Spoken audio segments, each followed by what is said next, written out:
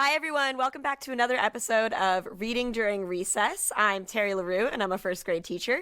And I'm Sarah Hansen, and I'm a writer. And this is our 16th episode. Woohoo! Sweet 16, baby. Sweet Our 16. podcast can drive. Gonna spread my wings. Sweet 16. 16. It's my chance to shine. Sweet 16. Hillary, call us. This is our 16th episode. So today we're going to be discussing The Birchbark House, which is a 1999 middle grade fiction novel by Louise Erdrich. Yes, so the book was a finalist for the National Book Award for Young People's Literature, and it is the first book in a 5-book series known as the Birchbark House series.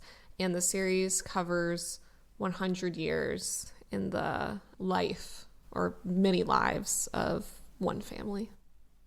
Also, the novel is illustrated by Louise Erdrich.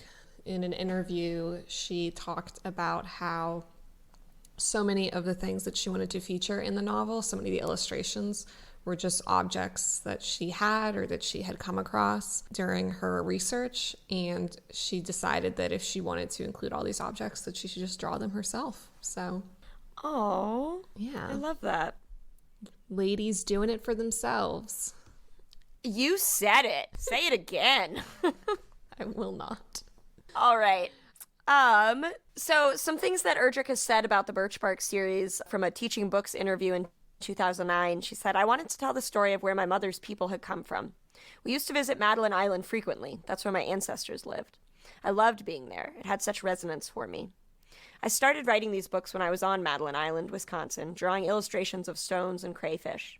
There are all sorts of little things in the books that are drawn from things that I picked up on the island. Now I go up to visit Lake of the Woods in Minnesota, where the next Birchbark books are set. The books are tracing our family tree through a series of generations, showing how they were driven from Madeline Island and Lake Superior, across Minnesota, and up past Lake of the Woods. My ancestors were driven by the westward expansion of European settlers who wanted more and more and more land. The Ojibwa were driven out onto the plains, and eventually my great-grandparents ended up all the way over in Montana. Then they doubled back and got land in the Turtle Mountains, which are on the plains in the very center of North Dakota, up near the Canadian border. I thought this was an incredible familial journey, and I began to write it. Someone has said my series is like the opposite, or the other side, of the Little House on the Prairie series. Of course, those books everyone reads, including me. And when I heard that, I thought, I didn't start out that way, but I'm awfully glad when people do read The Birchbark House and the rest of the books, along with the Little House on the Prairie books, because one of the things about the Laura Ingalls Wilder books that always distresses me is Ma's racism. She's a terrible racist about Native people. And there's also the inherent racism in the structure of the Wilder books themselves. The simple acceptance of the fact that the Little House characters could just go along and take whatever they wanted, and that the Native people were apparently vanishing into the sunset. The Natives were portrayed as vanishing people who were going to go away, and that's all that one could feel about them. But what was really happening was the Native people who were being pushed out of the regions that were being settled had been disposed of their land through a very painful means. Someone in the tribe had usually signed treaties, but they hadn't wanted to. They'd want to just stay where they were, but they were forced to sign treaty after treaty with the U.S. government. And so then she goes on to talk about how this is a part of U.S. history that often gets glossed over in schools. And she says, the Native people are always looked at as always the same kind of people. They have a couple of feathers sticking up and they seem strange and foreign. They're always imagined as being way back in the past, and they don't have families. Readers don't know that Native peoples had a warm family structure to their lives, and readers don't know that Native people had and still have great senses of humor, and that there's this humanity that's been lost in the public perception about Native American people. In writing the Birchbark books, I wanted to make the books very accessible. I wanted people to enter into this world, and children especially, to identify and enter into a world where they are among a Native American family. This family had its angers, trials, happiness, pain, heroism, desperation, and annoyances. I want readers to have a more complicated grasp of Native American people and realize that people have survived. People to this very day are speaking their language and living in their own culture and have a tremendous variety in their cultures. That's what I want to do with these books. Wow. A wonderful ambition, I think, and very well realized in the Birchbark Absolutely. House. I think especially for 1999, when I would argue that pretty much any book that was being written for this age group that was about Native families that was being widely read by the public was probably written by white authors. I mean, the closest thing I can think of is Kaya's series from American Girl, but before that, there was just Kirsten and the one vanishing episode she has with a family on the plains. And again, a very similar situation to the Wilder family, where they're settlers, they have a right to go through and take what they want and do what they need to do to survive. And actually, I will talk about this more because I found an article that kind of reviewed some books that had Native American characters from the 90s and early 2000s. And I mean, just astonishingly racist, Yeah, this book was around when I was a kid, but I didn't know about it and never read it. And I wish I would have, because I do think I think it's better than the Little House books. And I think it's more interesting, and I think Louise Erdrich is a very, very gifted writer. But it does provide a really important counterpoint, because a lot of times in kids' books or in movies, when Native American characters appear, they're like one-offs, they're like these isolated people. They're like the special of the episode, or yes, yeah, they're like it's like featuring a Native American. Exactly. Yes, exactly. And they're presented in the context of a white world. And I think these books are really special for the ways that the family is the center point of the story. Yes, I 100% agree. So, like I mentioned, Native American history is not something that tends to be talked about in school or focused in school nearly as much as other aspects of American history, like the American Revolution, for example, or, as Terry and I experienced, Jamestown was something that... My class just finished our Jamestown unit. Yeah, Virginia schools love Jamestown. I would say that my class got the right takeaway, though. Yeah, good. I'm excited to talk about this book with you specifically, because I think the questions it brings up about teaching about American history are really important. It's so interesting because you literally teach them from this context of this idea that time started with the arrival of the settlers, that I'm supposed to say that they arrived in Virginia. Well, they didn't arrive in Virginia. They arrived in Seneca, which was what the Powhatan called the area. Yeah. How do you give them the context when the first conversation that they have about this is the first permanent English settlement, Right. Anyway. Yeah, it's so interesting. I mean, it's so much of the work of like a book like this is about moving the frame, And when you move the frame, you can see a different story. But if the framing is always white settlers, and if they get to determine the timeline and the geography and everything, then you're not going to get a talk a lot picture. about books for students as being mirrors or windows.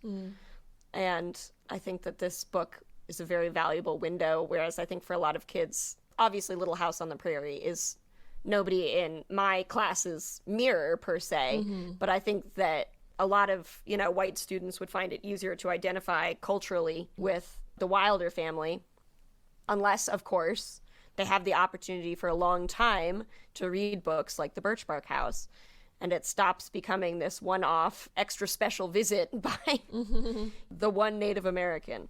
Right. So I wanted to give a little bit of context about the people that are in this book. It is a work of fiction, but based on Louise Erdrich's family tree. So Louise Erdrich is a member of the Turtle Mountain Band of Chippewa. And so, like I said, she's writing this book about her family's history. The website Bookishly Bright provides some historical context for this novel. They say the Ojibwa, also known as Chippewa, lived on the shores of Lake Superior when contact was made with French traders in 1640. The Ojibwa were involved with trade, first among themselves and then with the French. This involvement with the French caused competition for natural resources in the area and eventually led the Ojibwa to become forced to rely on trading to survive. In the 17th and 18th centuries, settlement of Ojibwa lands brought them into competition with other tribes for land as they moved into the location that is present-day northern Minnesota. Now the Ojibwa's home is the Turtle Mountain Reservation located in Belcourt, North Dakota. Today, the tribe has 30,722 enrolled members with just over 16,500 Ojibwa living on the reservation. Omakayas, who is the main character of the Birchbark House, is Ojibwa, and Erdrich belongs to the Turtle Mountain Band. And so that's from 2017. So to give you guys a little background on Louise Erdrich from the HarperCollins website, Louise Erdrich, a member of the Turtle Mountain Band of Chippewa, is the author of many novels, as well as volumes of poetry, children's books, and a memoir of early motherhood. Her novel, The Roundhouse, won the National Book Award for Fiction, and Love Medicine and La Rose received the National Book Critics Circle Award for Fiction. Erdrich lives in Minnesota with her daughters and is the owner of Birchbark's Books, a small independent bookstore. And her most recent book, The Night Watchman, won the Pulitzer Prize. And a ghost lives in her creaky old house. I love that. I love it because it kind of feels like, along with the daughters, it's like, lives in Minnesota with her daughters and a ghost. I want to know more about the ghost. Yeah, same. So she's probably best known as a writer of fiction for adults, but she does have these 5 children's books that are really wonderful. She also is a poet.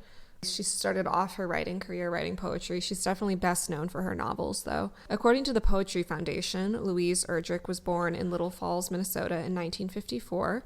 She's the daughter of a Chippewa Indian mother and a German-American father. Erdrich explores Native American themes in her works, with major characters representing both sides of her heritage. Many critics claim Erdrich has remained true to her Native ancestors' mythic and artistic visions while writing fiction that candidly explores the cultural issues facing modern-day Native Americans and mixed heritage Americans. An essayist for contemporary novelists observed that Erdrich's accomplishment is that she is weaving a body of work that goes beyond portraying contemporary Native American life as descendants of a politically dominated people to explore the great universal questions of identity, pattern versus randomness, and the meaning of life itself. Shall we jump into a plot summary? Yeah, now that we've gotten you guys all excited about Louise Erdrich's wonderful work, it's time to tell you what the heck happens in this book. This story is told episodically over the course of a year, and it is divided into 4 seasons and tells the story of Omakayas, an 8-year-old Ojibwe girl, and her family. So the novel opens with a prologue telling how a group of fur traders found Spirit Island and realized that it had been completely devastated by smallpox, and that the sole survivor on the island is a baby girl who the traders leave behind out of fear of infection. But as they're sailing away, one trader thinks to himself that he might tell his wife about what they found. So in the first chapter, we meet Omakayas, who is named for her hop-like first steps. Her name means, I believe, little frog. Yes. We meet her family, her grandmother Nokomis, her mama, her sister Angeline, and her brothers Pinch and baby Niwo. And her father, Dede, is a trader who is often gone. So the season is summer, and the family are preparing their summer home, which is a handmade Birchbark house. She is hoping to avoid the job of scraping a moose hide, so Omakayas runs an errand and visits Old Tallow, who is an eccentric and intimidating woman with a soft spot for Omakayas. On the way home, Omakayas comes across 2 bear cubs, which is very exciting. Right? I had flashbacks to every time I ever saw a bear as a child. Being like, time to touch. Yeah, so Omakayas, of course, is very excited, and she assumes that they've been abandoned, and so she plays with them and encourages them to follow her home. But then she is knocked to the ground by the mother bear. And despite the danger of the situation, Omakayas speaks respectfully to the mother bear and seems to be able to communicate with her, and the bear leaves her unharmed. And interestingly, Omakayas doesn't tell anyone about the experience, but she goes back to scrape the hide without complaint. Which is the exact opposite of how I would have handled. Yeah, if that had happened to me, I'd be telling everyone I ever. Right? I would also use it as an excuse to do exactly nothing all day. If I got knocked on my ass by a bear and I came home and someone was like, now you need to continue scraping the moose hide, I would be like, the fuck I do? You're lucky I'm here at all. Yeah. Do you know what kind of day I've had? Oh my God. But I loved also just like the way that we embody this 8-year-old girl's mind in the book, because of course my 26-year-old brain when she started like trying to feed the baby bears. I was like, oh dear God. But I could also understand, because like I also thought every animal I came across when I was a kid was abandoned and that I would need to raise it.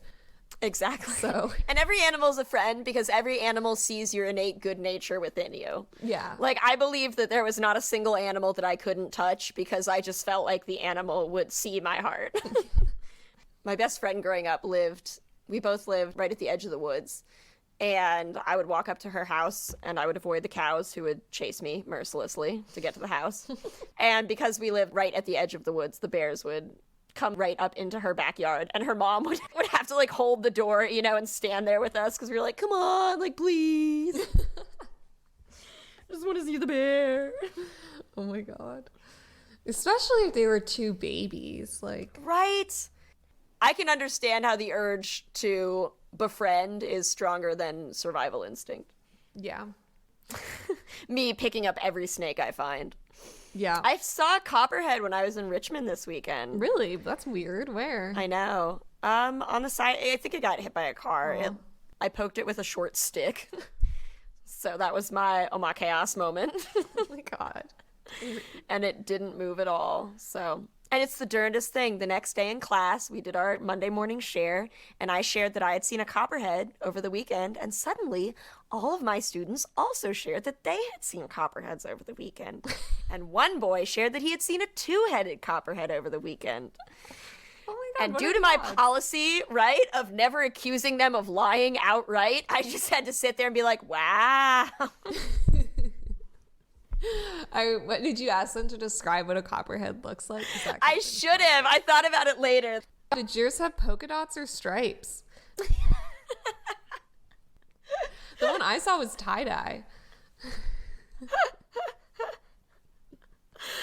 Oh, it's amazing.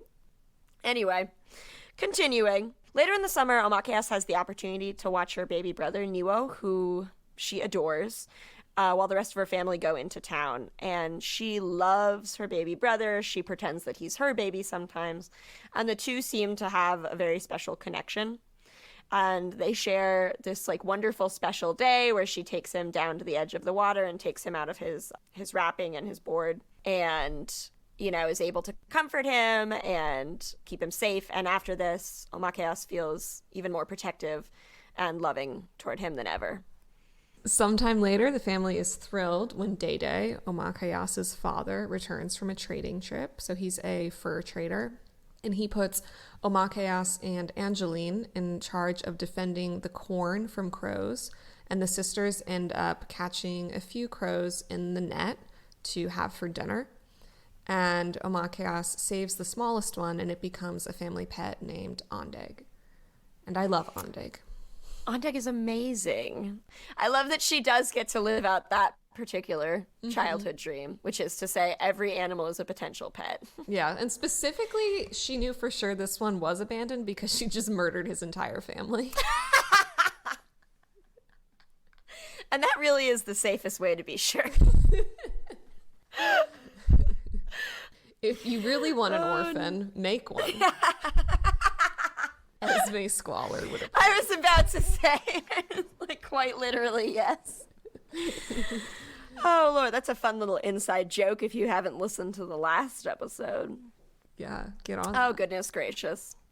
All right, so Ondeg joins the family, and in the fall, the family starts to prepare for the colder months by moving from their Birchbark House to their cabin in town. And they pack a food cache, and they start harvesting the wild rice, but unfortunately, the wild rice is pretty meager, so it's a bit of a disappointing haul. So around the same time, Omakeas overhears a conversation between Dede and his friends Albert Lapeture, we don't know how to pronounce that, it's French, and Fishtail about the infinitely hungry Chimokaman, white settlers who are taking over the area, and there's talk that the Anishinaabe are going to be pushed further and further out west. Sometime later, Mama is surprised to see Omakayas talking to the two bear cubs from the beginning of the novel. And on an errand with her granddaughter, Nokomis asks Omakayas if she can hear the medicines they're carrying, which Nokomis can. Nokomis is a healer. Yes, and we sort of start to feel Omakayas growing as a girl and her connection to her family and the world around her growing as well. Yeah. So that winter, Omakeas works on some sewing and beading projects with the other women, which was a really sweet scene, including a pair of moccasins for Niwo. And meanwhile, the community starts preparing for the annual dance. But at the celebration, a sick trader comes in and is cared for by some of the villagers. But the next morning, they are horrified to find out that he has died from smallpox, which obviously puts the community and anyone who came in contact with him in incredible danger. Yes. So tragically, the following outbreak infects every member of Omakeas's family except for herself and her grandmother, Nokomis. And the infected family members move into a heated bark lodge away from the cabin, where Omakeas eventually joins them in an effort to care for them. A few days later, baby Niwo dies in her arms. The rest of her family begin to recover, but Omakeas sinks into a deep depression. That's such a painful scene. Oh, it's awful. I didn't see it coming. I think I had been very prepared for the grandmother, or even Dede, to or become ill. Angeline, because she's the first one who got sick. Yeah. No, it's so heartbreaking that it's Niwo, and I didn't see it. When I read it, I put my hand, I gasped, I put my hand over my heart. I was so shocked. Awful when she talks about how she realizes that he's died because he was really, really hot because he had a terrible fever from the smallpox. And then he's not hotter than her anymore. And then he's colder than her. And then Nokomis takes him away. And it's just awful. It's a horrifying thing to imagine an 8-year-old girl experiencing. I know, especially since she loves him so much. She does. When you read it, like, you feel it's so touching because you can feel how much she loves him. I think Erdrich does a really good job of making that tie feel so authentic. So at this point, the family has survived the outbreak, of course, with the exception of the baby, but now they're facing starvation. The winter food cache has completely run out, and they are down to what they can pull together. One thing, Dede is a very accomplished chess player, and he just hustles somebody. He goes and he pretends to be doing a shit job at chess. and then obviously at the end just sweeps the other guy. It's awesome. And gets them enough for some food. In addition to that, they also get some help from Andeg, who is, remember, the pet crow, who helps them find nuts and seeds from squirrel caches in the woods. And when Omakeas goes out on her own to find some more, she's attacked by one of Old Tallow's dogs. And what we know about Old Tallow is that she loves these dogs more than most people, but she also cares very deeply for Omakeas, and she kills the dog for hurting her. Yeah, that was very one of the sad most scene. Surprising. I did not see that coming either. No, I didn't either. And we should say this is not the first time the yellow dog has gone after Omakeas. Yes. And Old Tallow says, she talks to him like a family member. She says, I warned you. Mm-hmm. You were being very foolish, and you kept fucking around, and now you're going to find out. I also love that Ande helps out the family by finding acorns that squirrels have stashed away in the trees, because I just love to imagine a squirrel leaving for the day and then coming back and all of his food is gone. Stop! So I just got so sad. Oh, that poor baby. I know. So sad. Oof. You know what this means, though? To save the squirrel from starving to death, now it can become a pet. That's right. It needs your help. Yes. So sometimes later, Nokomis has a prophetic dream about a buck waiting for Dede. And we've seen this buck before. I think it's called One Horn.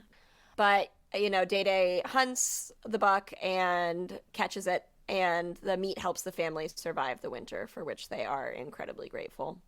So spring begins, and the community taps trees for maple syrup, which is very exciting and very much, a feeling of relief and hope and new life. But, of course, Omakeas is still in great pain from losing her brother, and she's missing him terribly. And at one point, she runs into the woods, where she is comforted by the sound of birdsong, because she used to call... Niwo didn't have a name. Niwo means fourth. and he's the fourth child, so she would call him by bird names.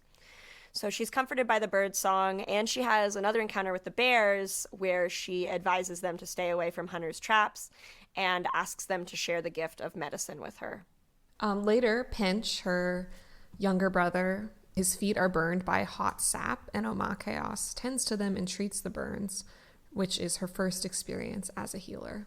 So sadly, Ondeg leaves the family pretty soon afterwards. It's a very sweet scene.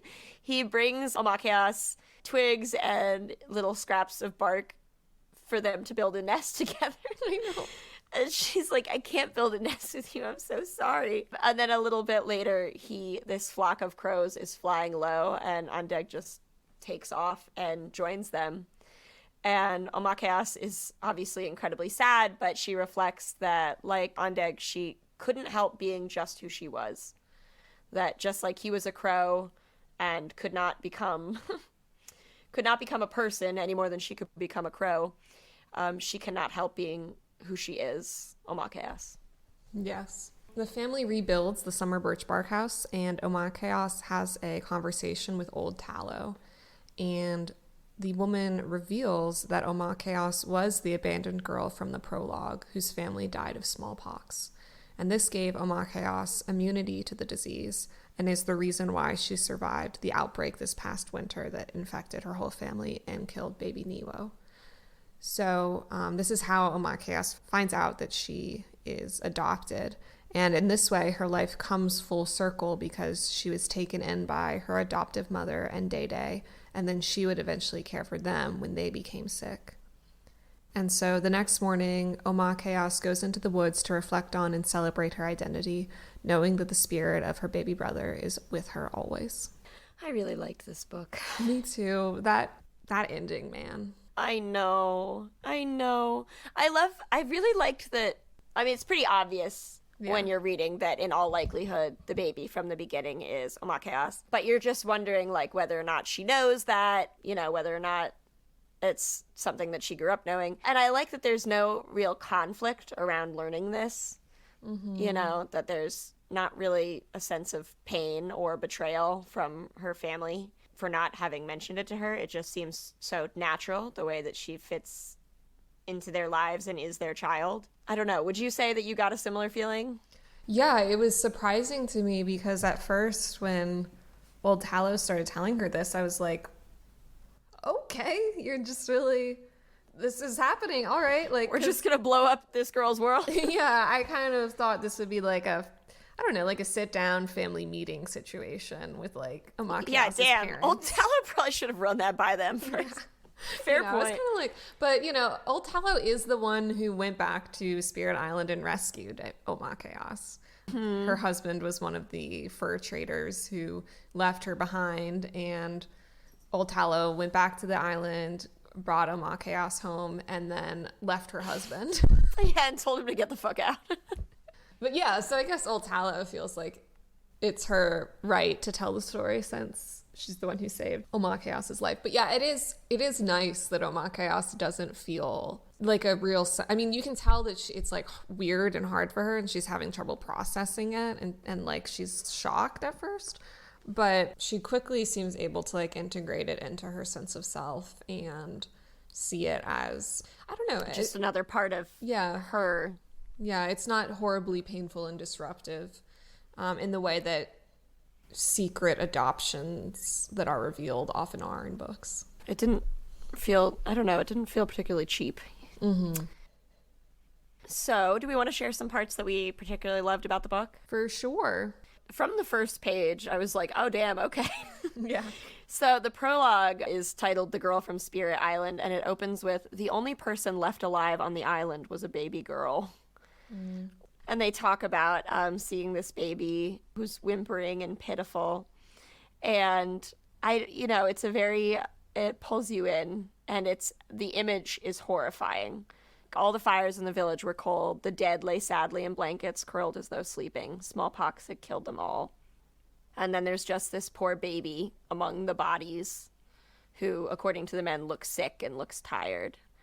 And then they leave her there. They say, let her sleep. And they just leave the baby behind. And Erdrich writes, birds were singing, dozens of tiny white-throated sparrows.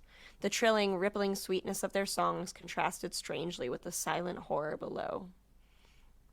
It's good. Yeah. So this was another one of my favorite parts, which Terry is going to read. And it happens at the end of the book. I love how the prologue and then the last chapter of the book kind of bring the story around into a circle, because we start off talking about the girl from Spirit Island and we finish there too. And it also, I think, works well with the nature of the narrative, which is not necessarily like your traditional rising action, climax, falling action. It's more of like a cyclical narrative, which we have from the seasons, you know, and there's a real sense of balance and harmony and patterns. And so anyway, I think that the way that the book ends kind of where it began is really lovely. And Oma Chaos tries to remember some of her earliest memories of being a baby on that island. And yeah, that's just one of my favorite parts of the book. Terry, can you read it? Absolutely. It was spring, she said softly. Zigun. Oh, said Old Tallow in surprise, peering closely at her. You remember? The birds, said Oma Chaos. I remember the birds, the songs of the birds. Oh, Tallow was excited. I'd forgotten myself. There were birds on that island singing so prettily, so loudly. Too small to eat. The little birds with white throats, those sweet spring cries. My girl, you remember them. They kept me alive, says Oma Chaos to herself, not quite understanding her own words. I remember their song because their song was my comfort, my lullaby. They kept me alive. Yeah. I also really enjoy in the book the way that, like, obviously from this plot summary, it sounds like an extremely sad book, and it is. But there is a lot of levity in it and humor, which I love that Louise Erdrich talked about that in her interview that we mentioned earlier. She talks about how Native people have a wonderful sense of humor, and that's something that often gets kind of left out of stories about them. And so, you know, Ondig the Crow allows for like wonderful moments of levity. And then you also have stories that aren't necessarily funny, but like really entertaining and intriguing stories, like kind of ghost stories or stories about spirits or ancestors that the older generations tell the children. Those were some of my favorite parts. It felt like it reminded me a lot of sitting on like your grandparents' lap or your parents' lap and them telling you a story. Yeah, it's wonderful. And like, again, it is a sad book, like Sarah said, but there's so much love and connection and family in it that you feel that, I think, much stronger than you feel the sadness. Oh, I love Louise Erdrich. Is like, you can see that she was a poet, is a poet. Her writing is very lyrical at times and has beautiful imagery. And I love this one scene in particular where Nokomis is asking or praying for support throughout the winter from the food and from the world. She spoke to the Creator. We are very small, she said, just human. Help us to live this winter through. Come to us, especially during the harshest moon, the crust on the snow moon, when so often meat is scarce, when the ice is too thick to catch many fish, when disease breaks us and the Wendigo spirit, the hungry one, comes stalking from house to Anishinaabe house. And it says her voice was soft but deep and troubled. Stillness swirled around the little cabin when she finished. It was as though everyone's heart were touched a little by the coming cold, as though a shadow of the Wendigo swept across their minds. Oma Chaos shivered. I love that too, and I love how Oma Chaos and Nokomis have this connection as a healer and a healer in training. And sort of an ability to see and communicate with the world around them. Like Nokomis hears the medicines. Oma Chaos has this connection with the natural world, with the bears, with the birds who kept her alive. I just love the way Nokomis says, we are very small, just human. I just think that's so... Oh, it made me want to cry. Just human. That's one of my favorite parts too about it. You know, and I feel like it contrasts so sharply with the white colonizers, you know, with the taking and acquiring more and more. I mean, who saw themselves as entitled to killing all the buffalo, you know, like wiping out entire species of animals because you're at the top of the food chain. And instead, you see in Nokomis and in Omakayas's family such a deep respect for the animals. Mm-hmm. There's the scene where Dede goes, after Nokomis's dream, he goes to hunt One Horn, the buck, and he gets dressed and he prepares to, I think they said, meet the spirit of the buck, mm-hmm. which I thought was a wonderful notion and image.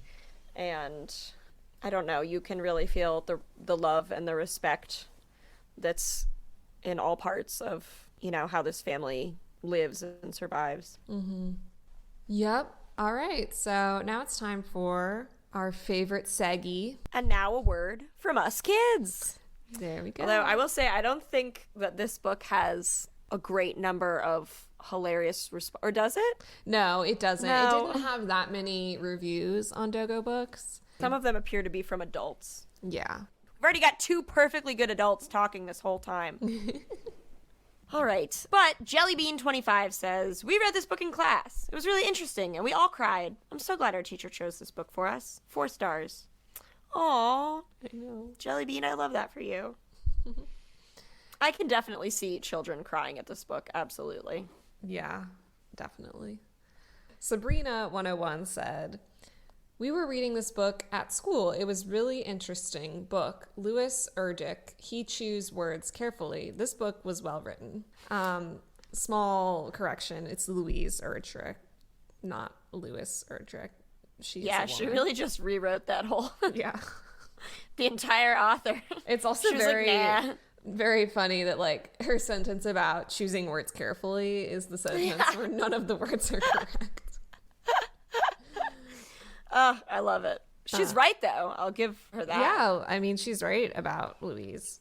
So, and then she says, spoil alert, it's mostly about a girl named Omakayas and her fake family living in a palace, I think she means place, called today Lake Superior.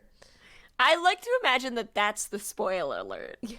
That it's like, you know, what it says in the blurb on the back, except for the fake family part. I guess that's the spoil alert. I guess so. Amazing way to say it. Yeah, I feel like, you know, adoption maybe is like the less hurtful way to describe what happened. But sure, fake family. Omake's, her family one day got smallpox from a visitor, but Omake's did not get it because she already got it. But Omake's, she doesn't know that that is not her real family. So one day, old Tallow, a family member, she told Omakayas that this is not her real family. Omakay's, she really liked this family and all. And I'm just telling you guys this, and if you want to actually read the book, you should get it. It's really good. I recommended this book for ages 9+, 5 stars. I love the defensiveness of like, and I'm just telling you guys this, like, don't shoot the messenger. I'm just giving you a little plot summary. I also like, so she says Omakay's, who I assume is Omakayas. Omakay's, she really liked this family and all, like in the past tense, as if now she's going to have to leave, you know, like now the jig is up. It's too bad. Like this is like a Baudelaire situation. Yeah, you're like, oh, bummer. Someone call Mr. Poe.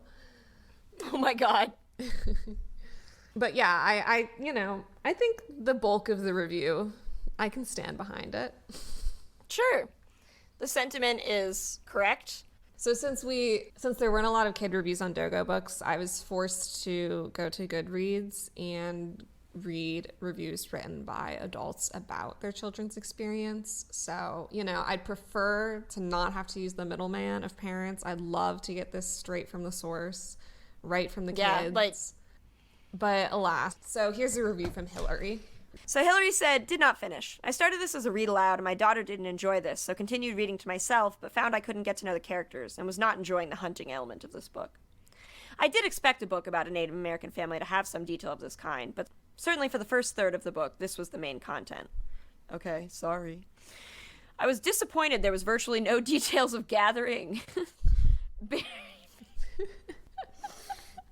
Oh my god. Okay, so we know where she stands in the great hunting versus gathering debate. She said berry picking is briefly mentioned, but leads straight to an incident where finding the berry is missing. Okay, I don't know how much we need to describe the berry pick. Do you not know how to pick berries? Yeah, also, like, the incident with Pinch where he picks a bunch of berries and then eats them all and gets in trouble. Like, that's a fairly significant scene. I don't know how many, like, I don't think burying is that interesting. I'm sorry, I think hunting is more interesting than burying. I don't agree. Know that burying is a verb, but I'm doubling down. She says, in one sentence, the rice paddocks are mentioned. I would love to have heard about those. Perhaps they are described in the later part of the book I missed. Okay, well then maybe you should, whatever. But I would have been very interested to hear about the harvest of this and feel that the gatherings... Does this bitch have stock in gathering?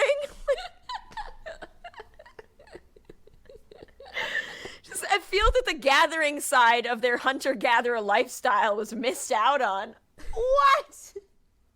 This book doesn't have near enough gathering. I didn't enjoy the way this was written or the subject matter, but many seem to have really enjoyed this book, so I would recommend giving it a try. 2 stars. Hillary, no offense, but whatever.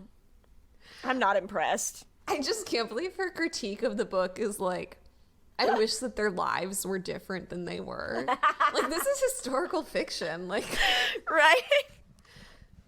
Doesn't it sound like she's trying to complain, though? Like, she was yeah. Like, there's not enough description of the gathering. It feels like me in, like, a college class where I had to say something about something I didn't really read, you know? And I was like, well, I would say that the one thing that this is missing is, like, I'm wondering more about the gathering, you know? Like...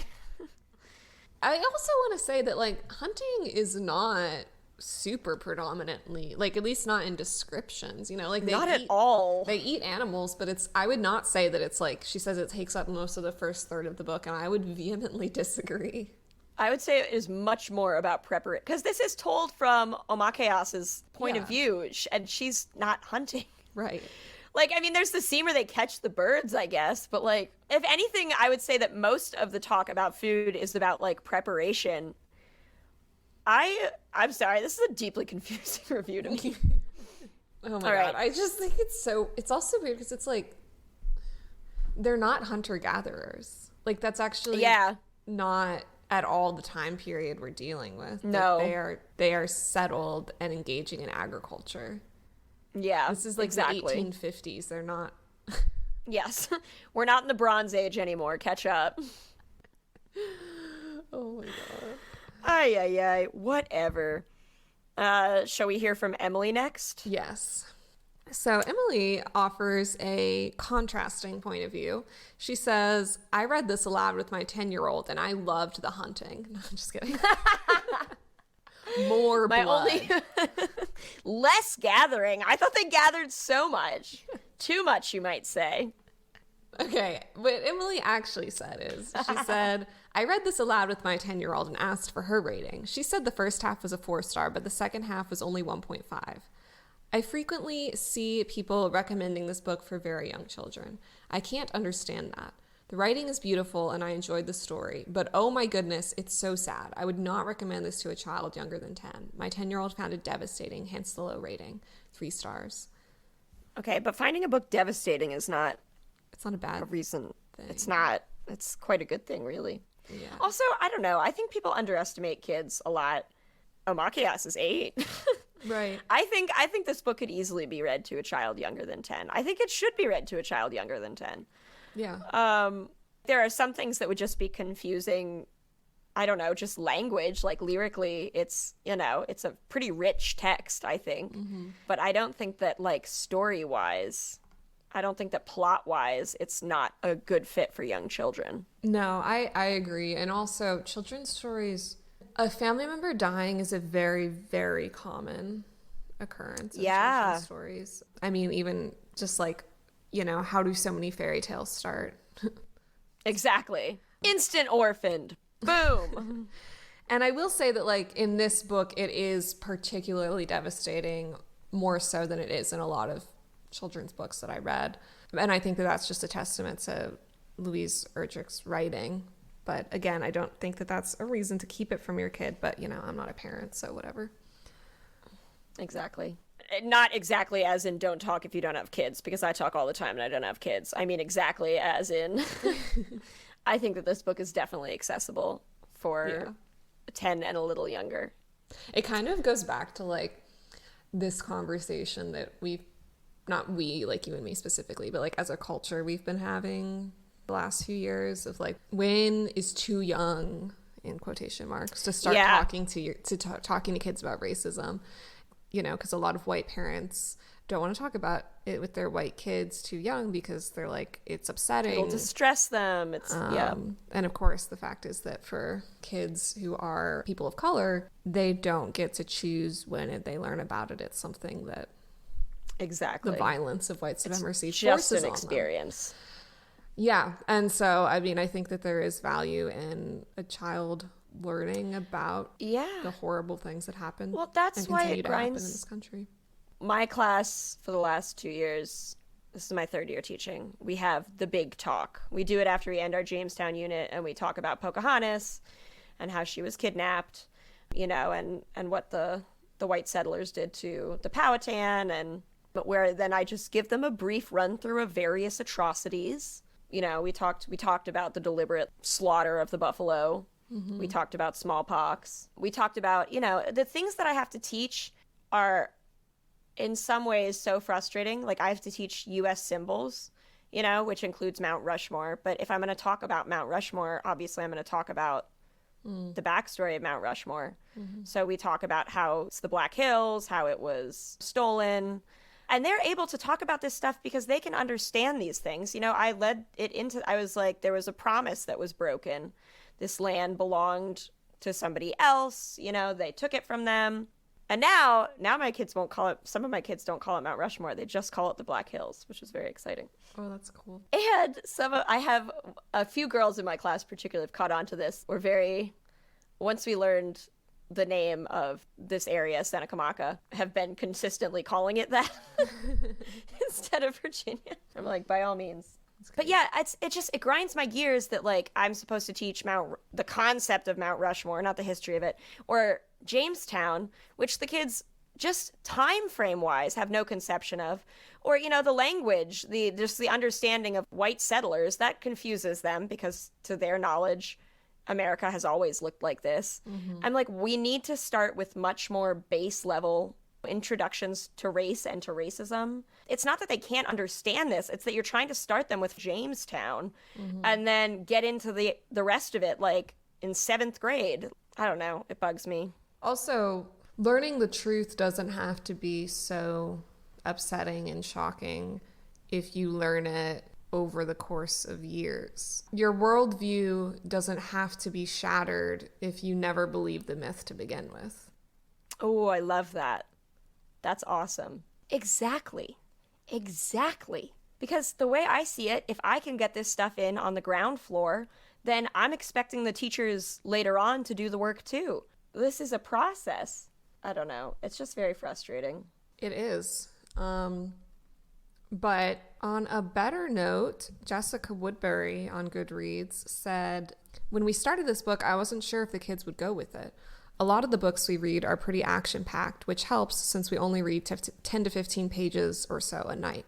But they settled right in, even though the first half of the book is not really about plot at all, just letting you live the daily life of Oma Chaos and her family. By the second half of the book, I no longer encountered the usual, can we skip reading tonight questions I get every few nights. We burned through it, even the extra sad parts. This is often positioned as an alternative to the Little House books, which it absolutely is, but it's also a lot more than that. It has its own slow rhythm that immerses you in the time and place before you realize it's happening. It's a little embarrassing that this is my first Erdrich. She's been on my list for ages, but I was very impressed with this and can't wait to venture into her adult fiction. The kids would like to continue the series as well. Oh, excellent. Yeah. I love her point Thank that you, this Jessica. is more than just an alternate, like that this is more than just an alternate Little House, because it is. I mean, it's like Louise Erdrich said, that wasn't actually even on her mind when she started writing the books. It was not trying to be a response or a rewrite to this classic. It's just she's telling a story that it happens around the same time period. Exactly. Like, not everything needs to be through the context of a white lens, that this is somehow a response. It's not. It's a story. Exactly. It's people's lives. Yeah. So I think that's a really good point, because I think it does the novel an injustice if you only are framing it as something that couldn't exist without this prior text. Exactly. Yeah, so I'm glad her kids liked it. I hope that she read them the rest of the series. Continuing on the conversation we were having about education and the role that this text or other texts about Native Americans can have in schools, there was this really thorough article that I read called A Sea of Good Intentions, Native Americans in Books for Children by Melissa K. Thompson, and it was published in 2001 in The Lion and the Unicorn. Melissa K., in this article, she examines children's novels that were published in the 90s and that feature American Indian characters, and she finds, unsurprisingly, that the books contain stereotypes and historical inaccuracies that provide harmful stories to young readers, and she provides a link from these stereotypes about Native Americans in these children's books to the ways in which these stereotypes and this thinking about Native Americans has influenced politics, and specifically like Supreme Court rulings and U.S. federal policy towards Native Americans. So she's not saying that these novels cause this thinking, or that these novels, are the cause of Supreme Court rulings or anything like that, but just that the novels replicate these stereotypes that have been and are continue to be used to justify the genocide of Native Americans in this country. Mm-hmm. And she talks about the Birchbark House briefly as kind of an alternative text, as kind of an antidote to some of these more offensive and stereotypical books. And of course, a major point to consider about these books that she's writing about is that they are written by authors who are not Native American and who often don't seem to know actually very much about the topic that they're writing about. And she says that this is really dangerous because, quote, the constant inclusion of barbaric, drunken, childish, self-denigrating Amarins in children's books begins the process of cultural definition before young people have any chance to experience a divergent perspective. Yeah, so she talks about how, unfortunately, these books are often kind of the starting point for a lot of kids' access to understanding anything about Native American culture, and that they are not a good place to start. She says, but there are tools that will help us to overcome the book industry's penchant for Indian hating. Mary Gloyn Byler's Introduction to American Indian Authors for Young Readers lays out the general terrain. Most minority groups in this country have been and are still largely ignored by the nation's major publishing houses, particularly in the field of children's books. American Indians, on the other hand, contend with a mass of material about themselves. If anything, there are too many children's books about American Indians. There are too many books featuring painted, whooping, befeathered Indians closing in on too many forts, maliciously attacking peaceful settlers, or simply leering menacingly from the background. Too many books in which white benevolence is the only thing that saves the day for the incompetent, childlike Indians. Too many stories setting forth what is best for American Indians. Which I think that was a really important point. And yeah, I mean, it's true that throughout American literature and in movies too, American Indians are used so much as a plot device. Yeah. The issue isn't, in this case, invisibility, or it is, but it's invisibility of like actual authentic portrayals. And she provides quotes and evidence in this article. It's really worth a read if this is something you're interested in, of books, like well-received books that were written in the late 90s by kind of famous children's authors like Anne Rinaldi. And it's galling how offensive they are. Mm. You have books about Indian boarding schools that don't really provide a negative picture of the experience, that don't address the abuse and the death and the cultural genocide that was taking place. Or stories about like white settler children rescuing a Native American child and like befriending them. But the descriptions of these characters are so animalistic and so racist. And, these are books that were like critically acclaimed and well received as recently as like 1999. And I really do hope and think that this is something that is changing in children's literature. But it was distressing to me because I really liked historical fiction when I was a kid. And I'm sure I read a lot of books that had really racist portrayals of Native Americans. And I don't have any, I don't know how that affected my thinking as a kid. Exactly. Do you want to say this last quote from the article here? She writes, good intentions, whether from Justice Marshall or Anne Rinaldi, and artistic license, whether from writers or their critics, will not suffice as excuses for abusive treatment of the young. Writes Native novelist Jimmy Durham, literary license is supposed to be a means to get at and complete the truth. When it is used as a means of covering over the truth or standing it squarely on its head, license should be understood as more a function of propaganda than of literature. Good point. Yeah. I love that. She talks in the article about that some people will say that, that these books that are very racist, it shouldn't be that we don't read them to kids or that we don't let kids read them because, we should let people have artistic license, freedom of speech, blah, blah, blah. And I think that explanation of why, literary license isn't actually a fair or effective way to think about this is important. And also, like she mentions, you can have these racist books on the shelves and then have books like the Birchbark House to act as an antidote. Of course, the problem with that is that at least at this point in American literature, the racist books far outnumber the books like the Birchbark House, unfortunately. And also, I don't know, I think there's an argument for just not having the racist books in the school library because you don't know that the kid is going to know to go back for a different perspective. Or, I think that if you're going to have your child encounter a racist text, you need to be willing to do the work to make sure that it's framed correctly and that they can understand it as a tool for learning about racism so that they don't internalize it as something that's true, but can see it as something to be critiqued. And a lot of kids are not going to have a parent reading the book with them who is willing to or able to do that. Exactly. Yeah. Did you ever read, now I'm curious to go back and reread it because I don't remember really anything about it, but I'm sure it was very racist. The Indian in the Cupboard? Yes, I did. And it is very racist. Good job. You're right. Doesn't he? Wow, I forgot all about the Indian in the Cupboard. Yeah. He's a toy who comes to life, right? He's a toy, yes. The boy has this magic cupboard, and when he puts various toys in it, they come, I guess, out of whatever alternate reality they exist in as people. And the first toy that he puts inside is a Native American. Yes, it is deeply offensive. And doesn't he attack the boy? I feel like I remember. Yes, him being he's very definitely violent. he is very violent. You are correct. What the fuck? We read that as a class in 4th grade, and it was accompanied. Read it too. It accompanied our Jamestown unit. Oh no! I know, it was oh no! Yeah, we read that in class too. Yeah, that was a rough one. And there were several of those. They had 4 sequels. Oh dear. There were lots of them. Yeah, and he has to, he's a savage. He believes that the boy who finds him is a god. He's stupid. God.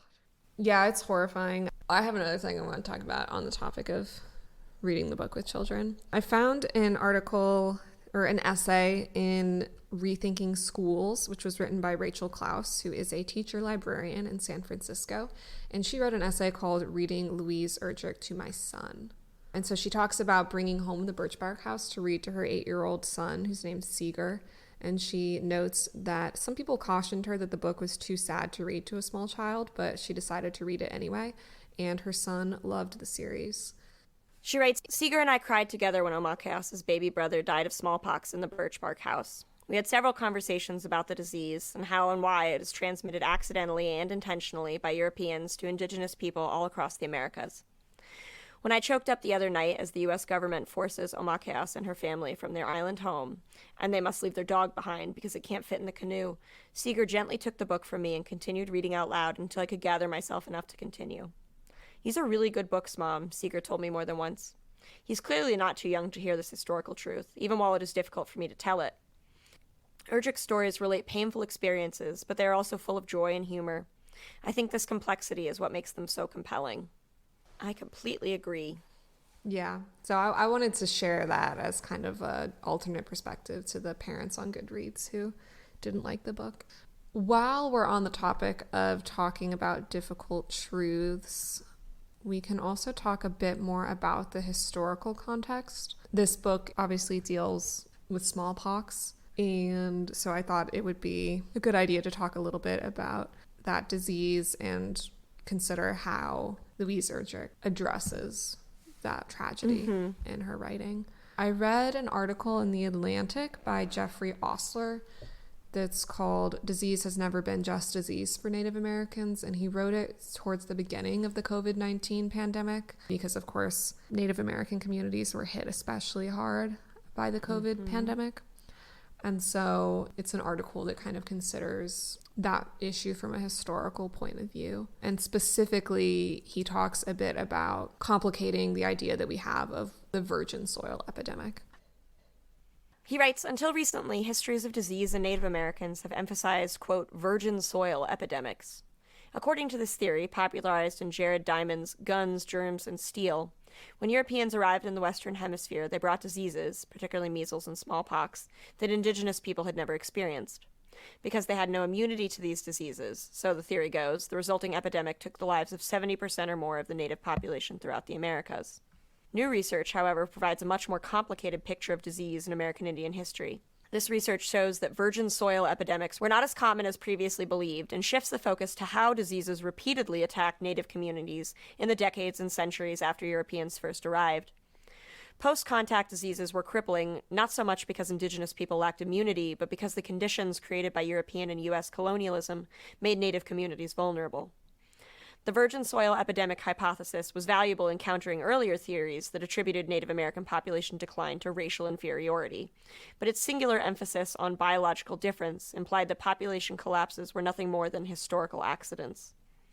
By stressing the importance of social conditions created by human decisions and actions, the new scholarship provides a far more disturbing picture. It also helps us understand the problems facing Native communities today as they battle the novel coronavirus. Yeah.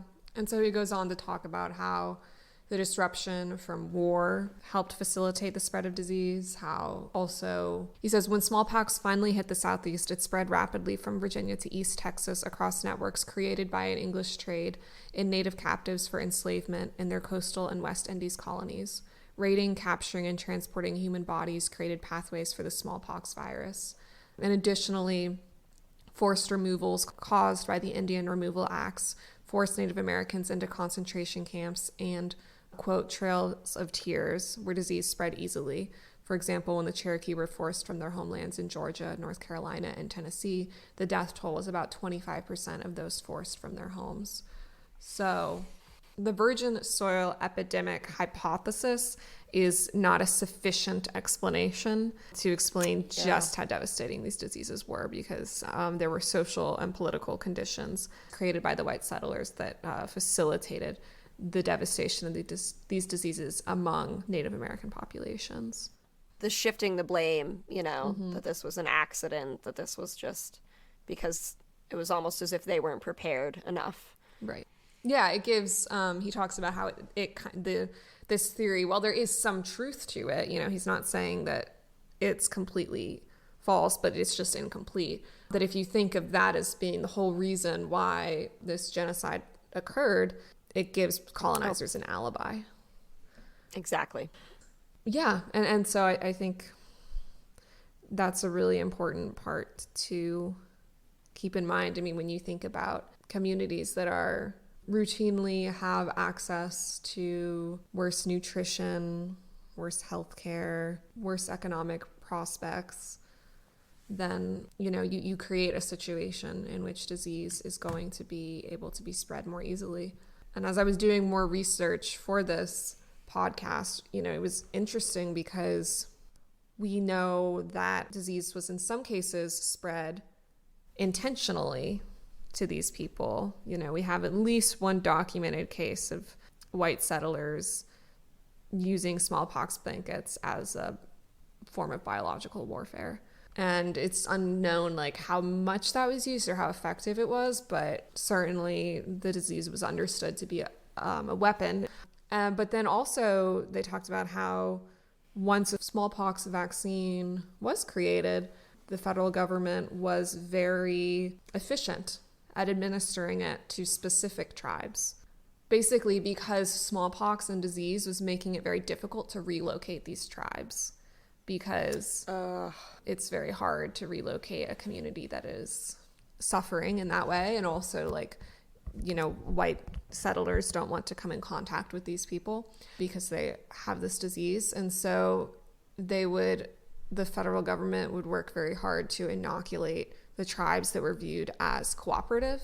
And then they did not work as hard at all to inoculate the tribes that were viewed as more combative, because it would be better if those tribes died.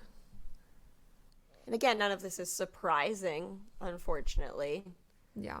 You know, it's painful to hear, but this would be far less shocking to people our age if, from an early age, we had been taught some degree of this, you know? Yeah. Would you say your worldview doesn't have to shatter if you were never taught the myth? Yeah, and now when we have like all of these parents in schools freaking out about their kids learning about like history and racism, it's like you're freaking out because no one told you the truth. Exactly. It's very painful, and this book doesn't deal with the forced dispossession of Omakas's family or her tribe, but that's coming in the sequels. We do get a hint that, you know, the white settlers are encroaching. At one point, one of the characters says that he thinks that the white men must have starved to death in a previous life because they're always hungry for more. And so you get that kind of ravenousness and that danger. I also found one article written by Elizabeth Gargano, which was published in 2006 by Children's Literature Association Quarterly, and it's called Oral, Native, and Ojibwa Story Cycles in Louise Erdrich's The Birchbark House and the Game of Silence, which is one of the sequels to The Birchbark House. I like this article because it provides some insight into the ways in which Ojibwa storytelling traditions factor into how The Birchbark House is told as a story. And so she says, drawing on the conventions of oral storytelling, Erdrich repeatedly interrupts both novels' forward momentum with self-contained traditional tales that emphasize cultural continuity while also serving to explain and contextualize present action. Rather than foregrounding a linear, plot-driven narrative, Erdrich subtly interweaves events into a natural and spiritual landscape where change is cyclical and at times illusory.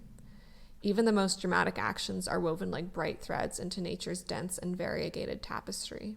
Further, Erdrich's haunting and lyrical narratives affirm a collective cultural vision beyond the individual and consciousness of her fictive protagonist.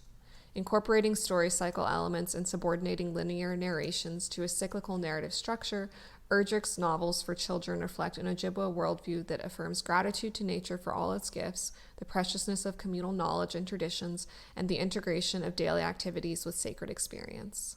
Thus, Erdrich's work also implicitly critiques Euro-American assumptions about humanity's supremacy over nature, which we talked about, and the importance of individualism, as well as a generalized Western tendency to accept stark divisions between sacred and secular realms.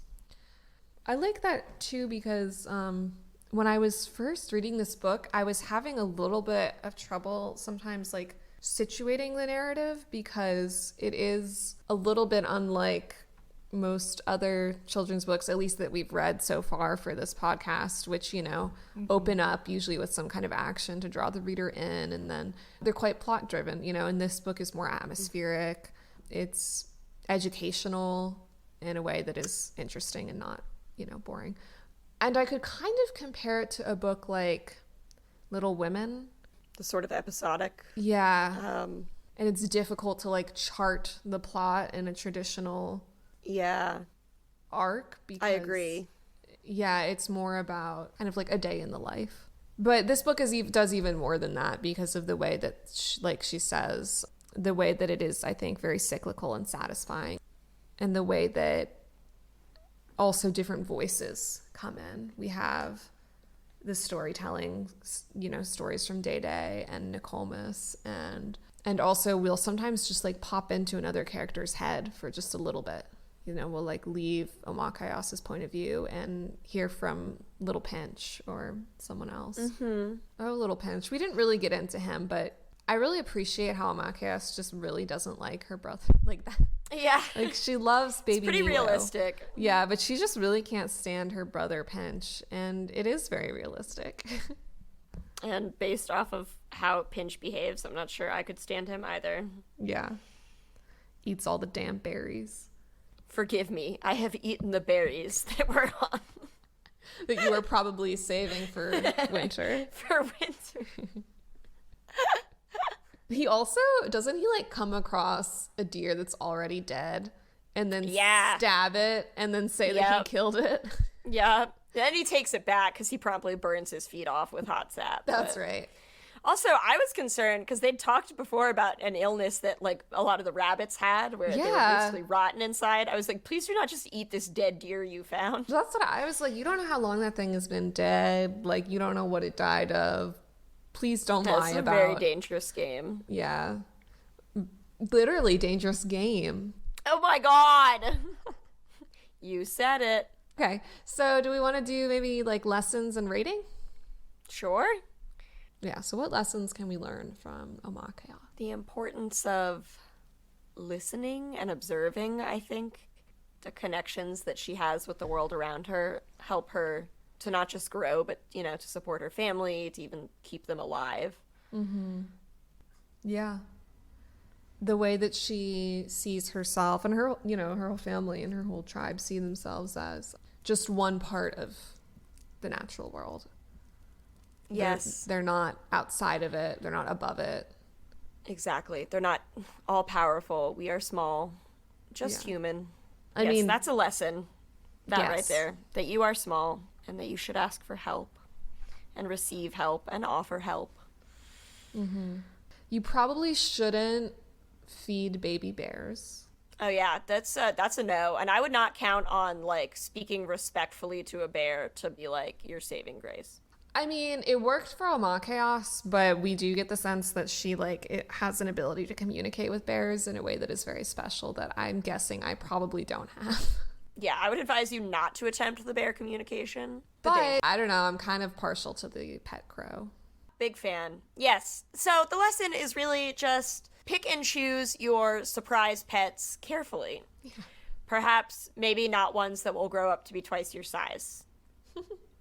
I in one of the interviews I read with Louise Erdrich, she said that the Ondag was based on a true story because she took in an orphaned crow baby and raised it, and it would sit on her either she said her shoulder or her head, I think, while she wrote. Oh. But then she said, oh my. Then she said, but you shouldn't do that. You should take it to a wildlife rehabilitation center. And I know that cognitively, I know that. But oh my god. I know. I don't know if I'm strong enough. mean, you remember when I gave our Tupperware to that raccoon? Oh my god. I was thinking about that when she was playing with the bears. I was like, oh my god, this is so Terry. Any other lessons? Sometimes dreams can be useful. Yeah. Not mine, though. My dreams are just upsetting, but in Omakayas's family, they can be really prophetic and helpful. So yes. So if your family has wonderful prophetic dreams, listen to them. If you just have creepy, weird dreams like the rest of us, maybe seek therapy. All right. Sarah, is it time to rate this book? It sure is.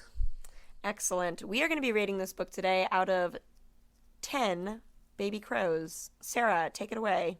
I would give this book a 10 out of 10 baby crows, but there just wasn't enough gathering in it. I just needed more berry content. Yeah, oh my god. I have a lot of stock in Big Berry, so Driscoll's gal myself. So. Oh my god. Yes. No, this book is, I think it's 10 out of 10 baby crows for me.